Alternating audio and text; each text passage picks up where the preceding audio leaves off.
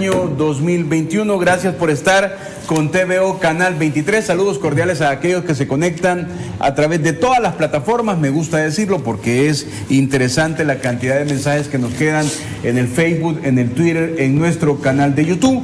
Por lo cual le damos la bienvenida al diputado Jorge Castro esta mañana aquí en TVO Canal 23. Diputado, es un gusto tenerle esta mañana. ¿Qué tal, Medardo? ¿Cómo estás? Feliz cansado lo veo, desvelado lo veo. Un poco desveladón, pero aquí estamos para comunicarnos con el pueblo salvadoreño. Ok, ayer fue un día muy importante, pero en términos de tantas cosas que pudieron ocurrir y de lo que nos interesa de conversar con usted, diputado, sé que fue mucho trabajo, pero ¿cómo podría destacar usted el trabajo realizado ayer en la Asamblea Legislativa? Bueno, el día de ayer estuvimos nuevamente tomando decisiones por el pueblo salvadoreño, haciendo esa representación genuina, como siempre lo hacemos, pero de todo realmente lo que sucedió ayer, todo fue muy importante. Y ayer fue un día en el cual primeramente entró en vigencia lo del Bitcoin. Sí. Y se vieron varios proyectos, los cuales fueron aprobados. Asimismo, había unas medidas tomadas por la oposición en cuanto a la proyección de la ley Bitcoin. Eso fue totalmente descartado. Pero yo resaltaría algo muy importante. Esto fue precisamente lo de la no prescripción en ciertos delitos que han venido lacerando precisamente al pueblo salvadoreño. Estos delitos donde los exfuncionarios han llenado sus bolsillos solamente esperando que transcurran los 10 años para poderse burlar de la justicia salvadoreña, de poderse burlar del pueblo salvadoreño. Y precisamente esto es lo que se atacó ayer de corazón, no solo con efectos retroactivos, sino también para un futuro, para que no suceda más, ya que acá es donde se ha venido sangrando el poder hacer obras para el pueblo salvadoreño. Es donde realmente este dinero ha ido a dar a mansiones, no una, 5, 6, 7 mansiones, apartamentos en el extranjero, donde el pueblo salvadoreño ni siquiera puede tener acceso a viviendas dignas ni a una educación para sus hijos. Ahora, ¿por qué, diputado, consideraron que era importante retroactivo? ¿Cómo le puede decir a los salvadoreños que es importante? Acaba de decirnos algo, no hay... en el país hubieron muchísimos casos de corrupción que quedaron ahí en el olvido. Yo recuerdo una anécdota, por ejemplo, cuando estaba un presidente de la Corte de Cuentas mostrando los casos que habían quedado fenecidos, porque parece que ya habían pasado los 10 años y los casos quedaban ahí porque nunca se pronunciaron, ¿verdad? Sí, es que efectivamente, Medardo, y el pueblo salvadoreño lo debe de saber. Este tema de los sobresueldos, porque está vinculado directamente a todo esto, miren, no solo los sobresueldos, pero los sobresueldos tienen mucho que ver, porque es el aparataje de esta estructura fáctica donde realmente no sucedía nada. La Corte de Cuentas, que es la institución contralor, llegaba precisamente a fiscalizar el trabajo de todos estos exfuncionarios. ¿Y qué resultaba? Finiquitos como por ejemplo el de Funes, finiquito como el de Sánchez Serén, entonces, o el de Calderón Sol, en fin. ¿Por qué? Porque eran pagadas esas voluntades. Entonces, esta estructura nefasta que venía sangrando al país se resguardaba en que precisamente estos jueces también de justicia selectiva no aplicaban la norma a estos funcionarios, no se encontraban pruebas, increíblemente, cuando habían desfalcado millones y millones, y la impunidad se daba, porque el efecto directo jurídico de la prescripción de este tipo de delitos en el campo penal es directamente la impunidad. O sea, se abre la puerta para que la impunidad resulte para favorecer a este tipo de personas que son delincuentes. Entonces, ¿qué sucedía? Ellos nada más tenían que esperar los 10 años e irse huyendo, ¿verdad? Y después ya podían regresar. ¿A quién? ¿Qué están burlando ahí? Están burlando realmente un futuro mejor para el país. Están burlando el esquema jurídico. Y precisamente nosotros, ¿por qué para atrás? Porque es ahí donde se ha venido degenerando todo esto. Y eso puede permitir, diputado, ver hacia atrás usted me corrige, puede permitir la posibilidad de recuperar esos recursos, esos dineros que se han robado de los salvadoreños? Definitivamente, todo este tipo de delitos que se encontraban ya prescritos, todo este tipo de exfuncionarios que estaban durmiendo tranquilamente, ya no dormirán tranquilos. Todo este tipo de funcionarios que estaban usando ese dinero robado al pueblo salvadoreño, lo van a tener que devolver. Esto está amarrado no solo a la responsabilidad, y el pueblo lo debe saber, no solo a la responsabilidad penal, no solo se va a poder determinar y ejecutar la acción penal, sino también precisamente recuperar el dinero que ellos tengan todavía. Las mansiones que ellos tengan las van a perder. Y yo estoy seguro que están ellos preocupadísimos porque creyeron que con ese esquema que habían ellos estructurado, nunca les iba a llegar la justicia y el pueblo salvadoreño nunca iba a recuperar. Pero este es el momento del cambio. Este momento es el momento más importante en la historia de El Salvador de los últimos 30 años, si no es que más. Es el momento donde El Salvador realmente está pegando este viraje histórico, donde el país está haciendo ejemplo a nivel de Latinoamérica para los pueblos, para que sepan que esto, cuando el pueblo se une, sí se puede. Ahora, así como lo establece usted este momento histórico, evidentemente tocar estas fibras, hacer este tipo de acciones también puede despertar muchísima reacción, ¿no? Es decir, esos cambios que deben de hacerse, ¿estará él preparado los salvadoreños para comprender en su magnitud que esta reforma que ustedes están haciendo es por el bien de los salvadoreños y no se dejen impresionar por cualquier tipo de cosa que busca lo que usted muy bien ha expresado, que se haga justicia? Yo creo que sí. Si vemos históricamente, si tú ves el concepto de diputados, por ejemplo, a nivel del pueblo del pasado, era precisamente malísimo. Bueno, le ponían sobrenombres a los diputados, dipurrata, sí, etcétera. Eso se cambió en tan solo la primera sesión plenaria. Y quiere decir que este tema de la corrupción, todos los salvadoreños lo hemos tenido metido en nuestro corazón y en nuestra mente. La impunidad de todos estos exfuncionarios realmente está metido en el pueblo. El pueblo quería cambiar en su esencia que no hubiera impunidad, porque lo que se está robando realmente es salud, educación. Bueno, yo me pregunto, y el pueblo debería preguntarse también, ¿cuánta gente murió porque ese dinero no fue a dar a salud? Porque no se fortaleció el sistema de salud público. Y los salvadoreños que no pudieron accesar a ese sistema de salud de primer nivel, murieron. Sí. Estos exfuncionarios deben muchas cosas. Aquí hay un montón de aristas. Sí. No solo, fíjate, el delito que cometían, que le enseñaban al siguiente funcionario de turno a robar. O sea, la impunidad, pero también la consecuencia de que ese dinero robado, que fue a dar al bolsillo de los salvadoreños, no llegó en obras. Pero además de eso, un tercer resultado, que es la laceración de que el pueblo creyera en un futuro mejor, en que abandonara la lucha por un futuro mejor. Es gracias a un líder como Nayib Bukele que precisamente el pueblo retoma esta necesidad, retoma el brío para poder agruparse y pelear en esta sinergia en la que pueblo y Estado estamos peleando ahorita contra todos estos grupos fácticos que pegan todas las patadas posibles, pegan toda la resistencia para no poder sucumbir y poder dar cuenta de todas sus responsabilidades. Ahora, la reforma de ayer, diputado, evidentemente falta la sanción del presidente de la República, su publicación, pero para que quede más contundente para nuestros televidentes, el mensaje claro de la bancada CIAN de la Asamblea Legislativa, ¿con cuántos votos se aprobó la reforma?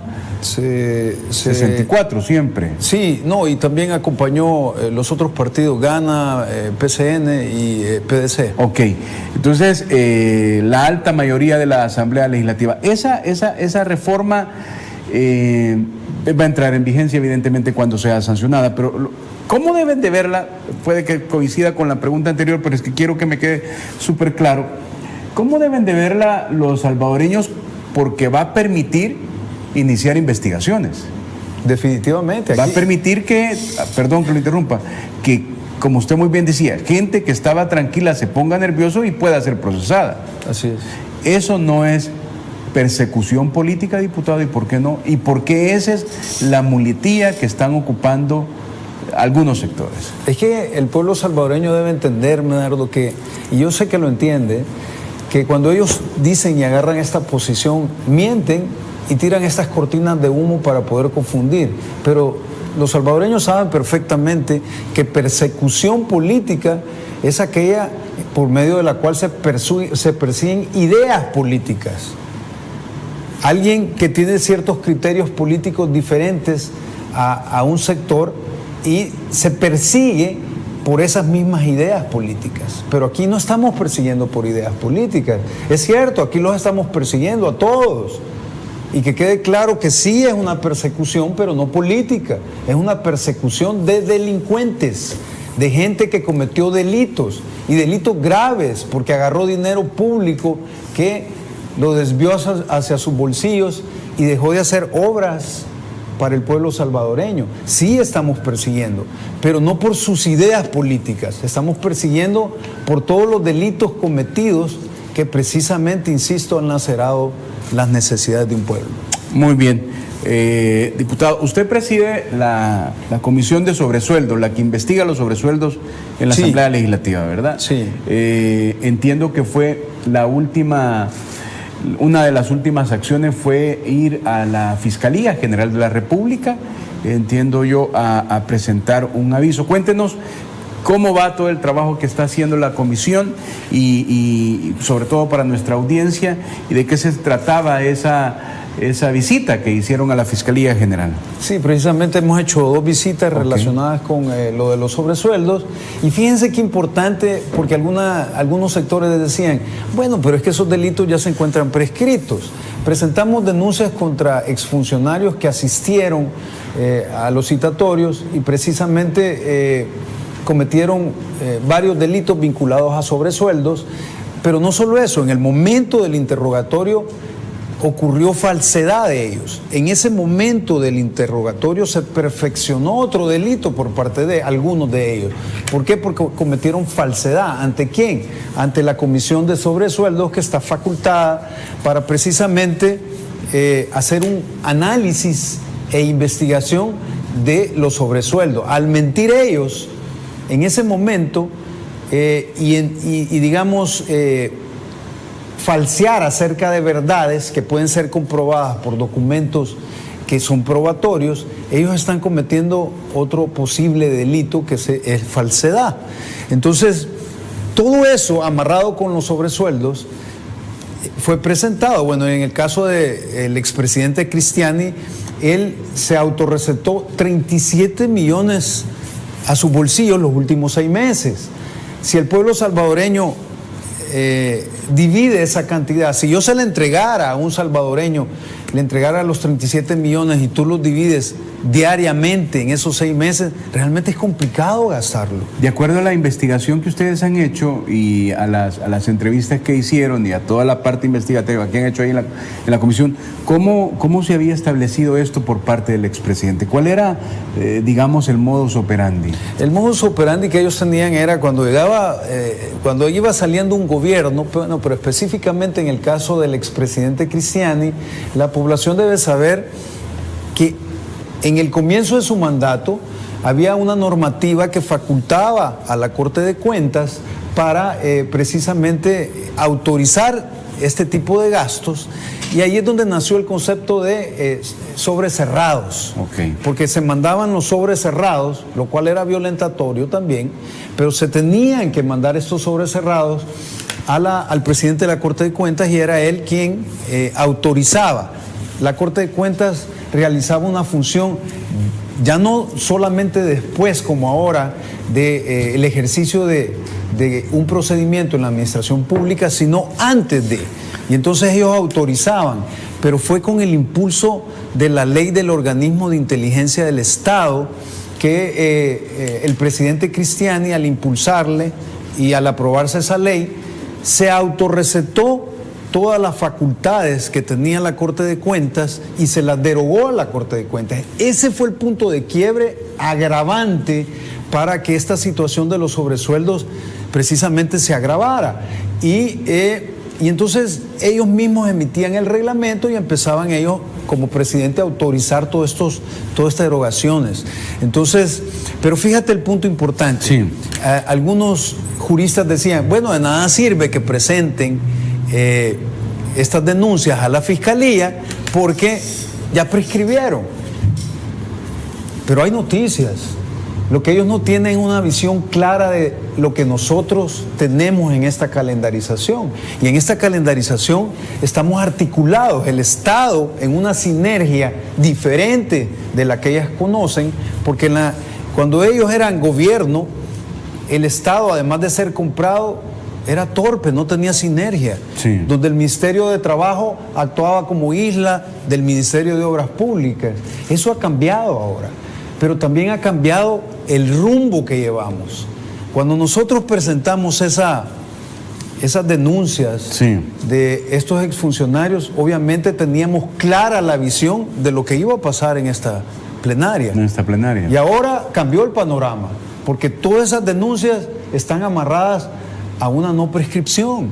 Entonces, precisamente todos estos exfuncionarios van a tener que dar cuenta. La Fiscalía tiene mucho trabajo y gracias a Dios tenemos una Fiscalía totalmente diferente que va a hacer su trabajo proactivamente en busca de saldar cuentas para el pueblo salvadoreño. Además del expresidente Cristiani, diputados, ¿quiénes serían los que ustedes fueron a la Fiscalía para que fuesen investigados a partir de todo lo que nos ha explicado? Bueno, hoy por hoy también hemos solicitado a la Fiscalía que inicie el procedimiento en relación al licenciado Luis Mario Rodríguez, a los dos ex vicepresidentes, que uno sería Quintanilla Smith y otro sería Margarita de Escobar, y se me escapa alguien, hay alguien más.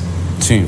Que es otro exfuncionario de los que estuvieron precisamente presentes en los citatorios. ¿Cómo queda el caso? Yo recuerdo una valoración suya sobre el tema de la diputada Margarita Escobar. ¿Qué es lo que han información recabado? Entiendo que usted declaró, corríjanos, que tenía información que había salido del país y que no ha regresado, que mandaron un escrito. ¿Por qué es importante conversar con la diputada en el seno de la comisión Margarita Escobar? Precisamente porque si ustedes pudieron ver a Rodrigo Ávila, al igual que Margarita Escobar, ellos claramente en los medios y en las radios han expresado directamente que recibieron sobresueldos.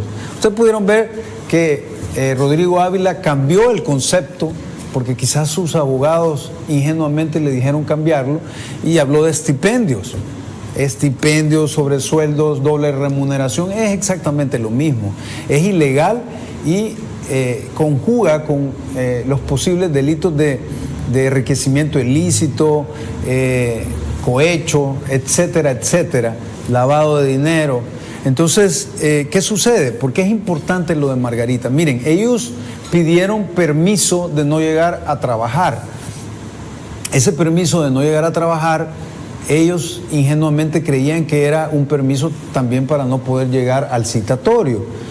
En el citatorio no les estábamos pidiendo que llegaran a trabajar, estábamos pidiéndoles que llegaran a contestar las preguntas necesarias vinculadas a los sobresueldos. Por eso es que el diputado Rodrigo Ávila asistió. Margarita Escobar adució que estaba enferma de salud, pero todos los salvadoreños saben que precisamente cuando uno alega estar mal de salud tiene que presentar una incapacidad médica, que es la justificativa legal. En el caso de ella no presentó nada. Le hemos solicitado ya muchas veces que presente la incapacidad, porque solo presentó un escrito excusándose que estaba mal de salud. Y le hemos pedido precisamente que presente esa incapacidad para ser garantistas, para no tomar decisiones sin poder tener una posición garante, ¿verdad?, de todos los habitantes del país. pero ella ha sido negligente, no ha presentado nada. Nosotros estamos analizando precisamente el apremio, y si ella puede ver esta entrevista, le solicitamos que presente la incapacidad médica para que nosotros podamos tomar la posición adecuada y garantista hacia su persona, pero de no ser así, nosotros vamos a tener que aplicar la norma. Así que nuevamente le insisto, porque también ya le mandamos un escrito a ella donde le hacemos esta petición, esta semana se lo mandamos, y necesariamente ella tiene que presentar una incapacidad médica. Así que nuevamente le solicito que presente esa incapacidad médica, porque es necesario para que no podamos llegar a un punto donde la mandemos a traer por apremio. Diputado, yo creo que hemos conversado con usted varias veces donde dice que este tema de los sobresueldos estaba concatenado con el tema del dinero a las fundaciones sin fines de lucro y que ahí había todo un aparataje de corrupción. Me llama la atención que la diputada Alexia Rivas dice de Nuevas Ideas: ¿sabían que las fundaciones catalogadas como de utilidad pública están exentas del pago de impuestos sobre la renta?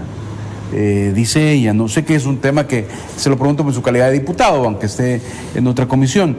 Y mañana, o sea, hoy a las 10:30 am, nos presentaremos junto a Marcela Pineda al área de recepción en el Centro de Atención Express y Central de Grandes Contribuyentes del Ministerio de Hacienda. ¿Qué buscarán? ¿Por qué estas entidades catalogadas de utilidad pública estaban exentos del impuesto sobre la renta? ¿Y por qué esto, a primera perspectiva, podría parecer no bueno? Lo que pasa es que, si bien es cierto, hay una excepción en la cuestión tributaria, es porque debe de haber una vinculación en las acciones que toman las ONG en pro del pueblo.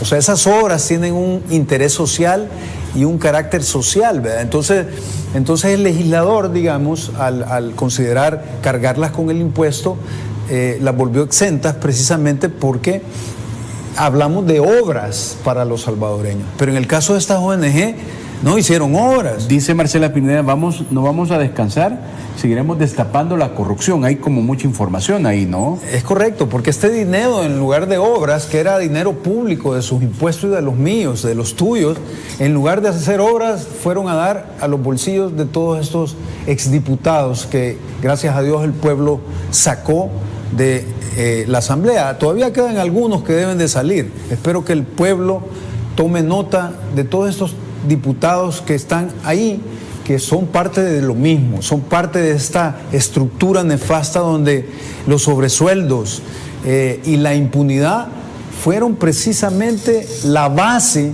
para que El Salvador se cayera en estos periodos nefastos y oscuros de años y años, donde los salvadoreños tuvieron que emigrar en busca de un horizonte mejor, porque el Estado no fue capaz de brindarles esto, no porque no pudiera, como siempre nos hicieron creer, no alcanza, no alcanzaba porque lo robaban, y el dinero, cuando no se roba, alcanza, como dice el presidente. Entonces, esta estructura de pago de sobresueldos, de impunidad, de dinero desviado hacia los bolsillos de ellos, llámense ONG, llámense, bueno, déjame comentarte, por favor. Yo fui asesor de Romeo del Ministerio de Obras Públicas, sí. Fui asesor jurídico. El primer mes que llegamos nos encontramos con lo del bypass de la Libertad, sí, donde solo se había ejecutado en años el 17% de ejecución, y donde la ley brinda precisamente las herramientas para sancionar a la empresa, porque déjame decirte, fue una empresa que participó en una licitación manipulada totalmente por el ministro de ese momento, que era Gerson Martínez, y totalmente dirigida hacia esta empresa que no tenía ni la más mínima idea de cómo construir un bypass. Se la dieron a alguien que no tenía experiencia y solo ejecutó el 17%. Y cuando el administrador del contrato iniciaba el proceso sancionatorio, porque para poderlo iniciar tiene que llegar la petición hacia el ministro lo engavetaba porque claramente estaba en un contubernio con la empresa. Entonces, cuando tú ves que el Ministerio de Obras Públicas en ese entonces rentaba las máquinas, Sí. Y no tiene las facultades, si ese dinero no iba a dar al erario público, comprendes que realmente esto estaba articulado de tal manera donde no solo existían sobresueldos, donde no solo había desviación del dinero de ONG, millones hacia los bolsillos de los dueños de estas ONG, sino que también dentro del Ejecutivo, en sus funciones, en la ejecución de sus funciones, cada funcionario público eran islas que, como entendían que todos estaban robando, la competencia era quién robaba más, porque todo descansaba sobre una impunidad. Ellos sabían perfectamente que la Corte de Cuentas no les iba a encontrar nada porque estaban pagadas por sobresueldo. Ellos sabían que la Fiscalía no los iban a perseguir porque era precisamente el fiscal que había sido puesto por Arena o por el Frente. Ellos sabían que las resoluciones de la Corte de Cuentas no iban a ser en contra de ellos porque precisamente los magistrados recibían $20,000 mensuales. Entonces todo descansaba sobre esto. Esto es lo que estamos rompiendo aquí. Pero no solo lo estamos rompiendo, sino que estamos haciendo que la mano de la justicia se vaya hacia atrás, donde el interés general está privando sobre el interés particular y precisamente poder deducir responsabilidades y recuperar dineros que van a servir en obras para los salvadoreños. Ok, diputado, ha quedado totalmente claro esta parte. Voy a hacer una pausa, amigos televidentes. Estamos conversando con el diputado Jorge Castro de Nuevas Ideas. Nos ha hablado a profundidad sobre la reforma al artículo 32 del Código Procesal. Tenemos otros temas muy importantes que vamos a conversar después de la pausa. Por ejemplo, ¿qué piensa él de la resolución emanada de la Sala de lo Constitucional de la Corte Suprema de Justicia que permite la reelección?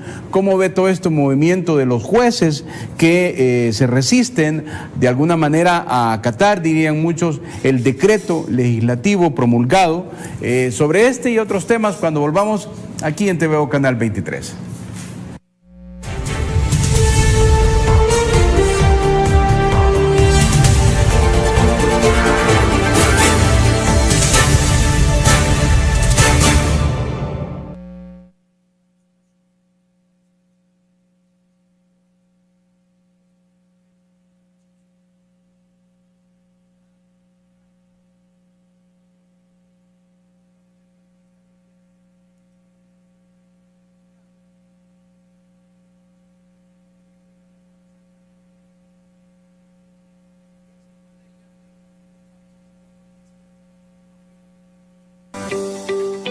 Centro de Negocios Multiservices ofrece servicios notariales, bodas civiles, taxes, renovación de TPS, traducciones, llenado de aplicaciones, contrato de vivienda, venta y renta de casas, formas de inmigración, verificación de casos de inmigración, DMV Services, MBA Services y poderes notariales salvadoreños. Llama ya al 571-484-2958 o visítanos en 101 East Holly Avenue, Suite 3, Sterling, Virginia, 20164, contiguo a DMV Sterling.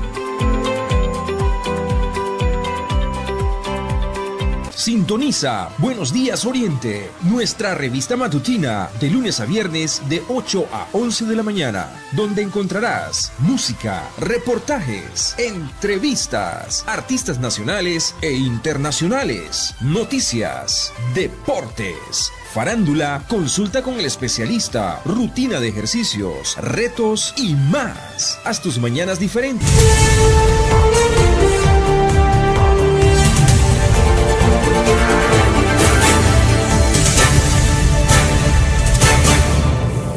Gracias por estar en sintonía de TVO Canal 23. Llegamos ya a las 7 de la mañana con 32 minutos. Estamos en vivo en este miércoles 8 de septiembre del 2021. Saludos cordiales a aquellos que nos siguen a través de las distintas plataformas, en Facebook, en Twitter, en nuestro canal de YouTube. Estamos conversando con el diputado Jorge Castro esta mañana de miércoles y dejábamos la interrogante, ¿no? La resolución emanada por la Sala de lo Constitucional de la Corte Suprema de Justicia el pasado viernes en la noche, que entre otras cosas permitiría la reelección presidencial. Su primera valoración, diputado, para nuestra audiencia, la lectura de que usted ha hecho de esta resolución de la Sala de lo Constitucional. Bueno, precisamente esta sala ha hecho una resolución más garantista, mientras que la anterior sala había hecho una resolución restrictiva, pero además errónea. Si ustedes se fijan, las realidades de los seres humanos son cambiantes, por eso mismo el derecho es cambiante. Las normas constitucionales tienen una característica esencial y es que son abiertas. ¿Por qué son abiertas? Porque para no estar siendo modificadas constantemente y poder esa interpretación ajustarla a la realidad siempre dentro de ese marco normativo. Pero, ¿qué sucede? ¿Quién es el encargado de esta interpretación? Es la Sala de lo Constitucional. Ahora bien, dice la gente, algunos, no puede ser cambiada la jurisprudencia. Sí puede ser cambiada, siempre y cuando, yo diría, haya dos elementos importantes. Uno es precisamente que la resolución de la anterior sala no haya sido apegada a derecho, o que obviamente haya un error dentro de la resolución, como ocurrió. Y dos, que la conformación de la sala sea totalmente diferente a la que lo emitió. Esto precisamente es para garantizar que la misma sala no va a estar cambiando de resolución, sí, y poder de alguna manera buscar estabilidad. Pero al haber una nueva sala en su composición perfectamente viable, ¿cuál es el error de la sala anterior? Bueno, si tú te fijas, el 152... precisamente es una prohibición a el candidato. Usted había construido, diputado, que se lo hemos retomado de sus redes sociales y lo puede colocar producción, creo que a esa parte iba, ¿no? Cuéntenos. Si ustedes se fijan, el artículo 152 es una prohibición no al presidente. Cuando ustedes agarran las normas constitucionales, el constituyente precisamente, cuando quiere prohibirle algo al presidente, expresamente se lo establece en la norma. Por ejemplo, el 158, si no me falla la memoria, expresa una prohibición al presidente de no poder salir del país. Y le dice claramente, el presidente de la República no podrá salir del país. Este artículo, si ustedes se fijan, es hacia el candidato. Eso es una diferencia abismal. ¿Por qué? Deben de tomar en cuenta que el presidente, si él decidiera inscribirse como candidato, no lo puede ser el 1 de junio ni posterior al 1 de junio, porque ese mes es parte del nuevo quinquenio del nuevo presidente. Entonces eso conlleva a entender que el periodo inmediato anterior, porque el 152 le prohíbe ser candidato el que haya sido presidente durante el periodo inmediato anterior. ¿Cuál es el periodo inmediato anterior vinculado al 1 de junio del 2019 y el 31 de mayo del 2024, que es la fecha que precisamente toca el momento donde el presidente, si quiere inscribirse, lo hará? Obviamente el periodo inmediato anterior, en el que en que el artículo vincula la prohibición, es el periodo de Sánchez Serén. ¿Por qué? Porque el presidente, si se va a inscribir 6 meses antes de la finalización de su quinquenio. Entonces, yo te pregunto, ¿cuál es el periodo inmediato anterior al del presidente Nayib Bukele?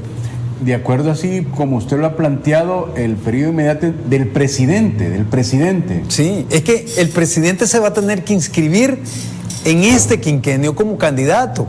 El error radica en creer que el presidente se va a inscribir a la contienda a partir del otro quinquenio, del 1 de junio del 2024, es que el 1 de junio ya va a estar el otro. La palabra clave es que la lectura que hace esta sala, diputada, es al candidato. Sí, es al candidato. ¿Por qué? Porque la prohibición es, tú no te puedes inscribir como candidato si tú fuiste presidente en el periodo inmediato anterior. Pero el presidente Nayib Bukele, en el periodo inmediato anterior a su inscripción, no fue presidente, fue Sánchez Serén. Simple como eso, claro como eso, y claro como el agua, diría yo. Pero el error radica en creer, o como le hicieron creer, la interpretación de la anterior sala. Así es, que el presidente, el periodo inmediato anterior del presidente es este. Si la prohibición fuera hacia el presidente, entonces tendría sentido. pero claramente si tú ves el artículo es al candidato. ¿Cuál es el momento en que tú te inscribes como candidato para el siguiente periodo? En este periodo. Entonces, ¿cuál es el periodo inmediato anterior al momento en que te inscribís como candidato? Es el de Sánchez Serén, ¿verdad? Entonces, pero además de eso, no sé si tenemos la lámina. Por favor, producción, para que continúe con la explicación. El diputado, que es bien importante, ¿no? De lo que estamos conversando allí. Ahí además de eso, en la parte final dice, o dentro de los últimos 6 meses anteriores al inicio del periodo. Ajá. O sea, si tú has ejercido la presidencia en los últimos 6 meses, fíjate qué importante esto. Ajá. Si has elegido la presidencia en los últimos 6 meses, ya no podés inscribirte y tirarte a la contienda. Quiere decir, en sentido contrario, que alguien que ha estado 7 meses, 1 año como presidente sí puede. Te lo dice claro, porque te lo está circunscribiendo a 6 meses nada más. Te dice, fíjate bien, o que hayas ejercido la presidencia en el periodo inmediato anterior. Ya determinamos que el periodo inmediato anterior es el de Sánchez Serén. Sí. Pero además de eso, si el legislador te lo circunscribe a 6 meses, la prohibición, que te está hablando de este quinquenio, ¿verdad? Del actual, te dice, si ha ejercido la presidencia en estos 6 meses, no puede, en los últimos 6 meses, al periodo nuevo presidencial, ¿verdad? Que va a haber, no puede.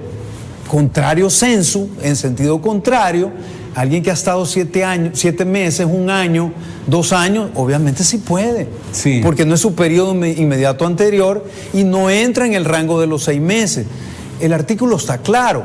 Ahora, algunos juristas o algunos, digamos, diputados de la oposición dicen, no hombre, pero es que lo que pasa es que la ley es clara, porque también la norma hay que analizar integralmente la Constitución, te dice. Sí. Está claro que el presidente no va a durar ni un día más de 5 años.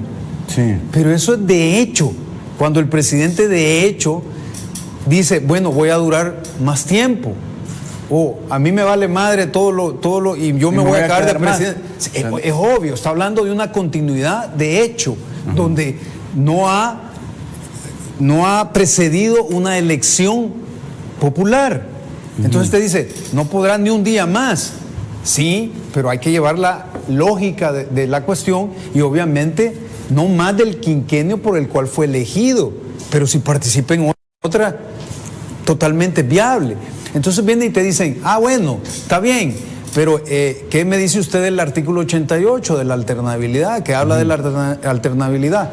Aquí no se está negando la alternabilidad, porque precisamente, fíjense ustedes, si el presidente actual quisiera tirarse a un periodo y gana, porque el pueblo así lo decide en su poder soberano de decisión, y a un tercer periodo él quisiera tirarse, ahí ya no puede. ¿Por qué? Porque la norma dice que no puede el que ha sido presidente en el periodo inmediato anterior. ¿Cuál sería el periodo inmediato anterior del siguiente quinquenio? Este periodo.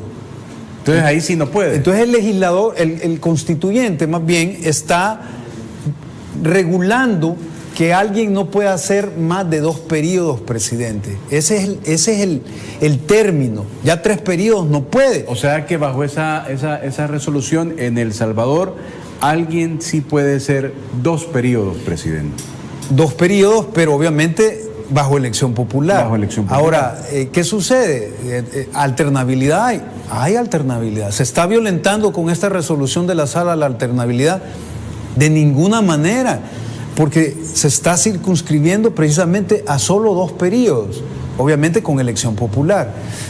Te señalan también, si no me falla la memoria, el artículo 131, sí, ordinal 16, creo, que dicen que los diputados o la asamblea no va a reconocer al presidente que siga más de 5 periodos, sí, o algo así dice. Sí. Entonces, pero obviamente está hablando de continuar de hecho. Pero sí, lo que no entiende la gente de la oposición es precisamente que aquí el que va a decidir dentro de ese marco legal si un presidente sigue o no Es el pueblo salvadoreño en una elección popular. Que lo dice sustancialmente la resolución de la sala, ¿no? Que hay o evidentemente uno no es abogado, lo hace en su calidad de ciudadano, pero obviamente uno se da cuenta que la raíz de todo el análisis es, en esta sentencia, la decisión del soberano. Así es el pueblo decidiendo dentro del marco legal. No hay violación del marco legal y es el pueblo decidiendo. Ahora yo te pregunto, cuando tú has ejercido la presidencia y participas en una elección popular y hay candidatos que nunca han ejercido la presidencia, ¿a quién se le cuentan las costillas más fácilmente? Al que está ejerciendo. Obviamente. ¿Quién debería estar en desventaja?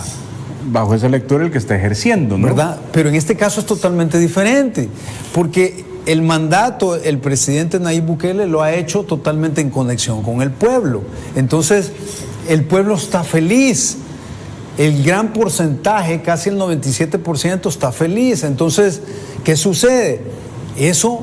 O sea, el gran tema de la reelección no tendría mayor dificultad si no hubiese sido porque es en esta circunstancia y por quedarse. Y si el presidente lo decide, el presidente Nayib, bueno, bajo esa lectura tendría muchísimas probabilidades de volver a ganar porque la gente está satisfecha. Pero entonces el gran tema de la reelección es precisamente porque se trata del presidente Nayib.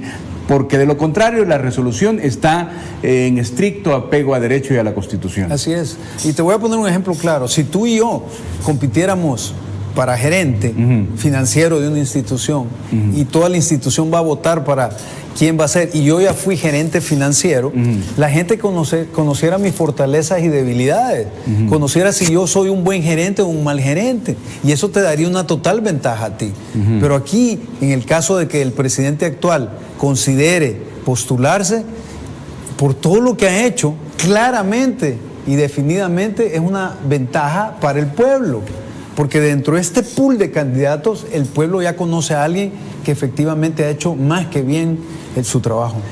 Para cerrar este tema, diputado, su lectura como legislador es que esta resolución de la sala, primero es una resolución, primero hay que esperar que el presidente decida. El presidente no se ha pronunciado y evidentemente muchos sostienen que no lo hará porque es una decisión que es voluntad de él, ¿verdad? Uno puede hacer valoraciones precisamente de eso, pero no tendría que haber ningún tipo de desestabilización cuando uno dicen que se está yendo por los caminos de una dictadura. Es el mismo discurso anterior, entonces. Sí, bueno, si tú ves, las dictaduras son impuestas. Cuando el pueblo en su soberanía decide, allí lo que está ocurriendo es precisamente lo que ocurre en las democracias. Pero aducir de que hay una dictadura solo porque el pueblo quiere que siga a alguien y porque las leyes lo permiten, realmente es ponerse en una posición ingenua y hasta ridícula. Yo veo precisamente a todas estas personas de la esquina pataleando, como por ejemplo con lo de la prescripción, cuando lo único que puede esperarse por que estos delitos no prescriban es precisamente algo bueno, no puede ocurrir algo malo. ¿A quién le va a aplicar la no prescripción? Sí. A los exfuncionarios. ¿Aplica hacia los funcionarios actuales? Sí. ¿Aplica a futuro? Sí. ¿Quién es el ganador? El pueblo salvadoreño. Cuando tú tienes un presidente que está haciendo bien las cosas, ¿tú consideras, Medardo, que 5 años son suficientes? Pues como esta es una democracia y cuando uno tiene un presidente que está haciendo bien las cosas y como evidentemente tiene derecho a pensar, uno podría pensar que no, que necesita más para que se sigan haciendo mejor las cosas. Ese es el pensamiento del constituyente. Entonces, cuando hablamos de 2 posibles periodos, no es en automático, es bajo una calificación que el pueblo salvadoreño la hará. ¿Cuándo? En el momento de hacer el sufragio. En el momento de hacer el sufragio, sencillamente va a decidir el pueblo y va a hacer esa calificación que ya la ha hecho, porque ustedes miran en las encuestas la popularidad, nos envidian a nuestro presidente en otros países y esa es una realidad, le guste o no le guste a los de la oposición. Hablando del sufragio, diputado, que nos permite también amarrar este tema, y usted lo decía muy bien, es decir, cuando hicieron decidieron crear la Comisión por Sobresueldos, por ejemplo, cuando fueron a la Asamblea Legislativa, a la Fiscalía a presentar la denuncia de los casos que ya vimos, cuando ayer se aprueba la reforma al artículo 32, también ayer ocurre que el presidente envía la ley especial para el ejercicio del sufragio desde el exterior, una deuda que por más de 3 décadas se ha tenido a los salvadoreños. Es decir, ¿cuál es ciertamente probablemente no está en la Comisión de Reformas Electorales, no lo sé, diputado, pero desde su posición de diputado, ¿no? ¿Cómo ve la llegada de esta ley y cómo lo podrían recibir los salvadoreños en el exterior, la posibilidad real de que hoy sí va a haber ley para que ellos puedan votar? Bueno, estamos saldando otra deuda histórica más. Miren, aquí este gobierno ha heredado muchas deudas históricas de más de 30 años y estamos tratando de saldarlas. Este tema de la votación en el extranjero es un tema justo. Miren, todas estas personas, toda la diáspora, todos los salvadoreños en el exterior han estado apoyando a toda la nación, mandando esas divisas, rajándose la espalda en el exterior, trabajando en el día a día, y eso ha ayudado a que El Salvador subsista en esta época nefasta donde todo el dinero del erario público iba dirigido a los bolsillos de estos funcionarios. Eso fue como la balsa salvavidas que enviaron a nuestro país y que hizo que nuestro país subsistiera para poder llegar a este punto donde estamos pegando ese viraje. Entonces, no reconocerle a los salvadoreños que están en el exterior realmente sería nefasto. ¿Por qué? Porque ellos precisamente han sido gran apoyo para todos los salvadoreños en los hogares, en la subsistencia de este tiempo oscuro donde todos estos gobernantes anteriores se llenaron los bolsillos. Entonces, ¿cómo lo están recibiendo ellos, Medardo? Sí. Con una fiesta en sus corazones, estoy seguro. ¿Por qué? Porque estamos saldando una deuda hacia ellos. Ellos, aunque estén en el exterior, son salvadoreños, llevan en su sangre el amor hacia El Salvador, y al reconocerles que ellos tomen parte en la decisión del futuro de nuestro país, en nuestros gobernantes, en lo que se va a hacer en El Salvador, les estamos diciendo, ustedes son importantísimos para nosotros, para este periodo de El Salvador, para este gobierno, para la Asamblea Legislativa también, ustedes son mega importantes. Muy bien, quiero agradecer a la gente que está en las redes sociales. Como le decía al principio, estamos al pendiente. René Chacón, buena explicación. Diputado Yair Rodríguez, estoy leyendo puntual, usted lo puede ver ahí también en nuestras redes, dice que se ponga las pilas Nayib a inscribirse para que corra ya como nuevo candidato a segundo mandato. Felicidades. Virgo Fuente, Jorge Castro es un orgullo de la bancada CIAN como diputado de la República, electo popularmente y constitucionalmente, y me siento orgulloso de que sea de mi ciudad. Janet Ramírez, diputado Castro, buena explicación para comprender su trabajo. Ernesto Landaverde, buena ponencia con mucha claridad para el pueblo, apoyamos esa moción. Y así la cantidad de, dice Flor Vázquez, 30 años de las clicas, lo dice así, lo leo puntual, de Arena el FMLN, Parker no tuvieron la misericordia del pueblo, lo tuvieron en destrucción.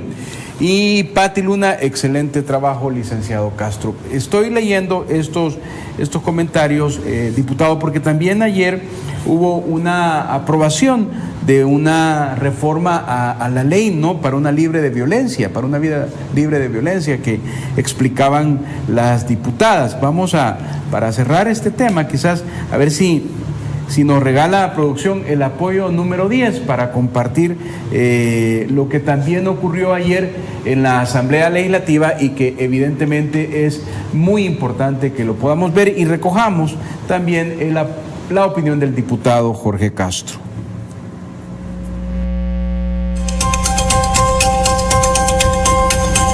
Con 78 votos queda aprobado el dictamen número 2 favorable.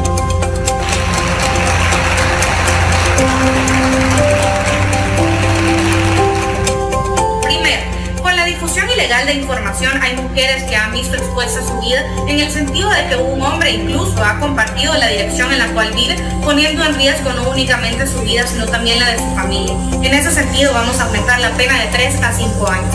Pero lo que más me alegra saber es que ahora las mujeres tendrán una protección real a la hora de que los hombres intenten compartir información privada, llámese la difusión ilegal de pornografía. Esto, además de causar una especie de muerte civil para las mujeres, también daña su honor. En ese sentido vamos a aumentar la pena de 5 a 10 años, pero también tipificando el agravante. ¿Qué significa eso? Bueno, de que si esas imágenes son exhibidas, compartidas, difundidas por la pareja de la mujer o por alguien que tenga alguna relación de confianza sobre ella misma o de poder, pues esto puede ser incluso penado hasta 16 años de cárcel. El bien jurídico que estamos buscando proteger con esta reforma no solo es la imagen de la mujer, sino que trasciende un poco más, ya que cuando una mujer recibe una afectación de este tipo, se interfiere en su vida personal, laboral, así como en específico el bien jurídico vida. Por eso, como mujeres de la bancada CIAN,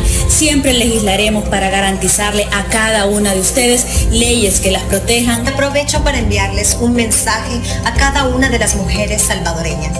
Como bancada CIAN, estamos trabajando para garantizarles una vida libre de violencia, brindándoles todas las herramientas necesarias. Pero ahora depende de ustedes. Ámense ustedes mismas y no tengan miedo de denunciar cualquier abuso. Bueno, diputado, es parte también de lo que ocurrió ayer en la Asamblea Legislativa, ¿no?